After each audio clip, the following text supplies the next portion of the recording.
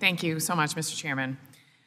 I am always so grateful to sit on a committee like this that works in such a collegial, bipartisan way. We have made real progress together, progress that we should be proud of, progress that has connected our communities, created good-paying jobs, and helped make our infrastructure stronger, safer, more stable, and resilient.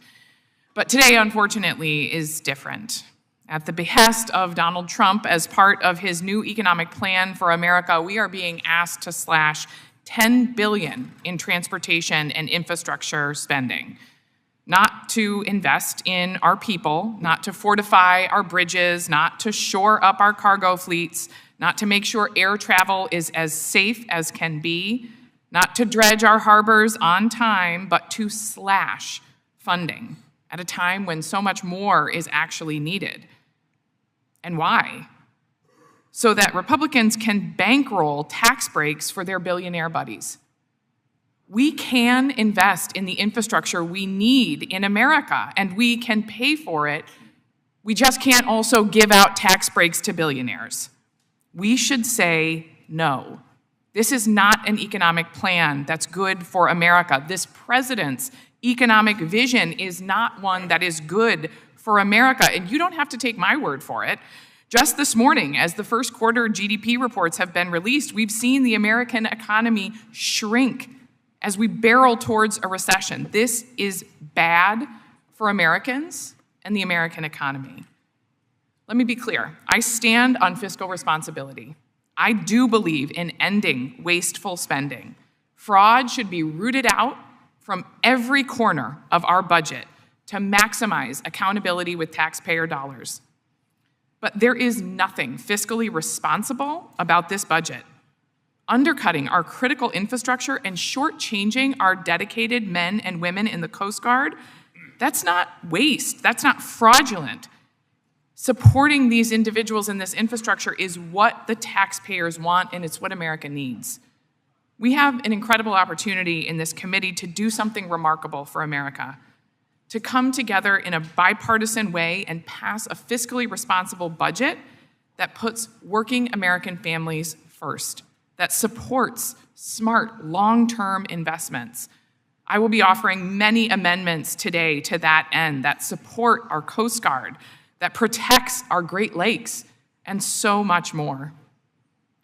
As many of my colleagues have remarked, the cuts don't stop here. The effort to undercut our investment in America goes far beyond this committee and far beyond transportation and infrastructure, but it does directly undermine the very progress that we have worked so hard to make together. These cuts that target waste, these cuts, they don't target waste. They target people. They target the mom in Grand Rapids juggling 2 jobs to keep her kids insured. They target the senior in Muskegon who relies on home-delivered meals to stay independent and healthy. Let's be clear about who these cuts are for and who they hurt.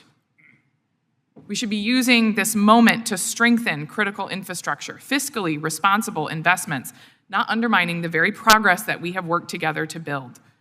The language we're marking up today is just one of many down payments being pushed through Congress to pave the way for the president's expensive, bloated tax cuts that actually harm our economy.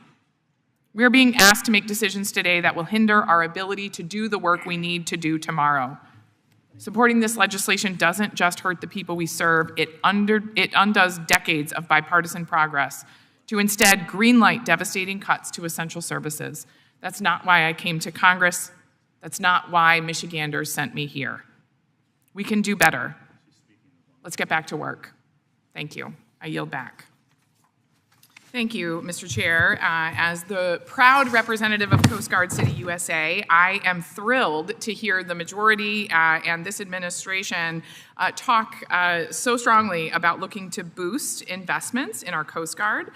To that end, I encourage my colleagues to support this critical amendment, the Pay Our Coast Guard Parity Act, to ensure that our coasties continue to receive their pay during government funding lapses, just as other branches of the military.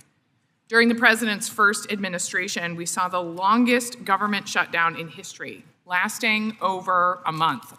All the while, our coasties were not compensated and left wondering how they were going to make ends meet.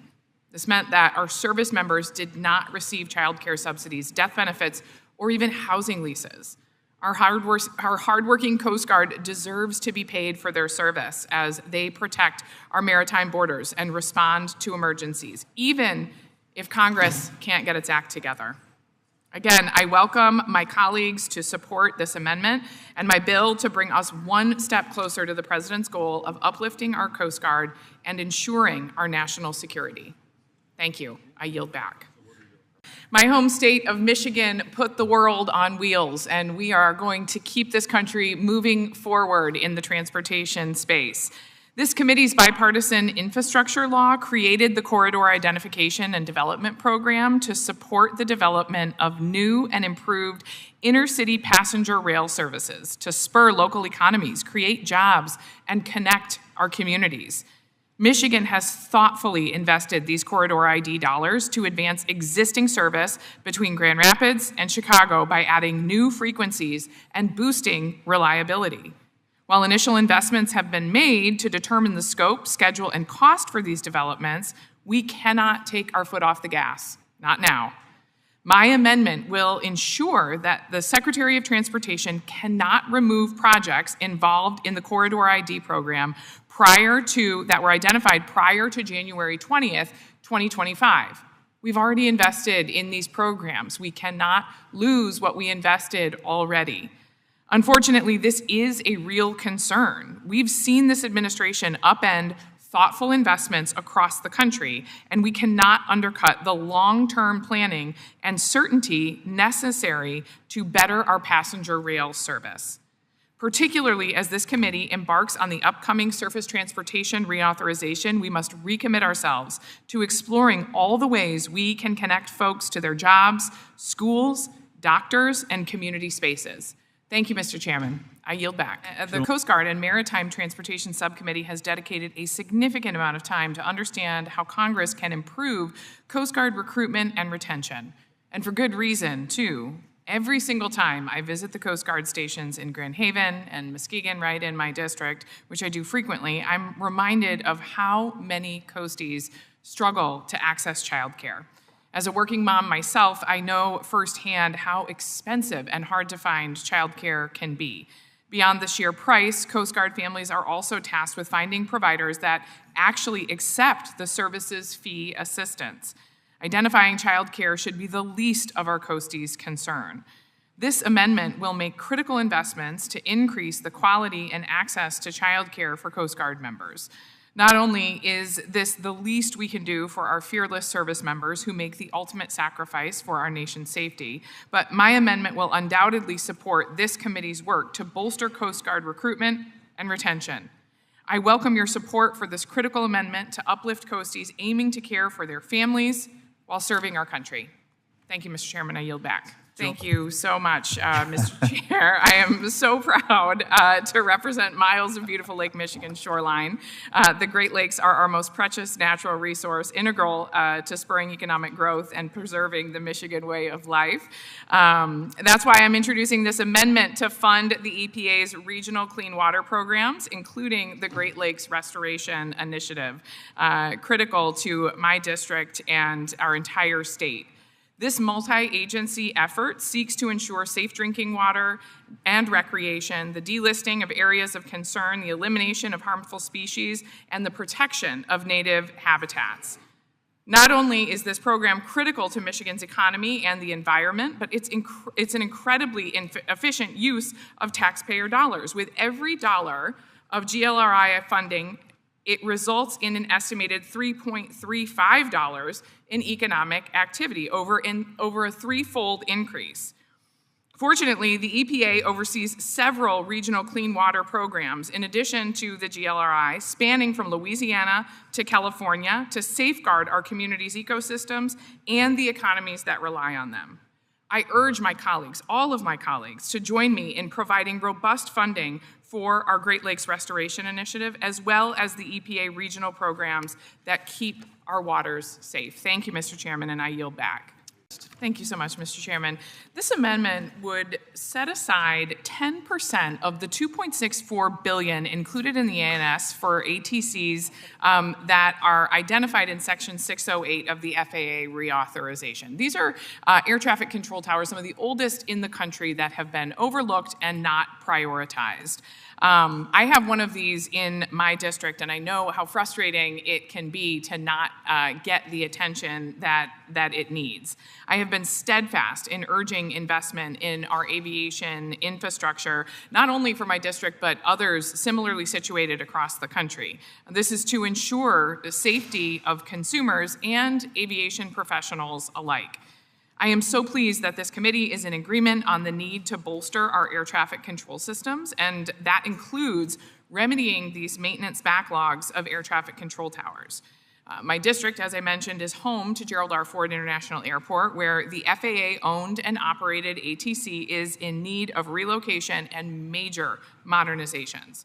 This 60-year-old ATC has far surpassed the FAA's 40-year life expectancy, and it stands as one of the oldest among the top 75 busiest airports.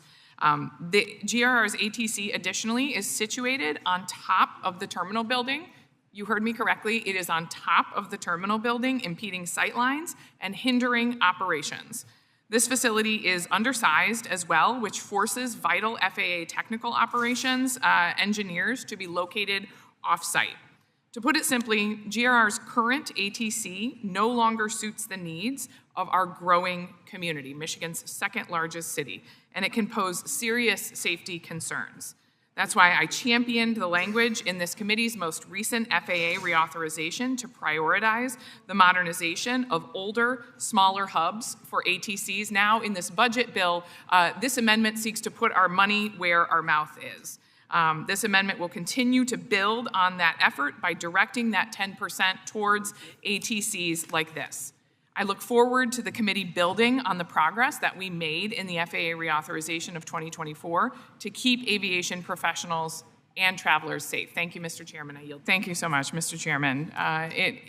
It should not come as a surprise to my colleagues on this committee after several years of working together that I will literally work with anyone to get things done, even those I largely disagree with, to get common sense things done for West Michigan. So let me be clear that President Trump and I share a common goal to support IVF and fertility treatments and to ensure that these treatments are accessible and affordable to Americans. This amendment, which would provide $10 million to allow for the funding of fertility treatment for covered Coast Guard members, is a first step in the right direction. As of now, our service members can only seek reimbursement for travel-related expenses, but not for the actual medical treatment necessary for them to build their families. The stress that it puts on these Coast Guard members while they are trying to serve cannot be overstated. It is also worth noting that TRICARE doesn't cover these procedures, so our Coast Guard members stationed all over the country and abroad to keep us safe are forced to pay for these treatments out of pocket. Ultimately, IVF treatment is extremely costly for our Coast Guard members, and the price poses a major barrier to people seeking IVF or similar therapies. This amendment will play a key role in fulfilling the President and my shared focus of making IVF accessible and affordable and supporting growing American families, starting with our coasties. Thank you, Mr. Chairman, and I yield back.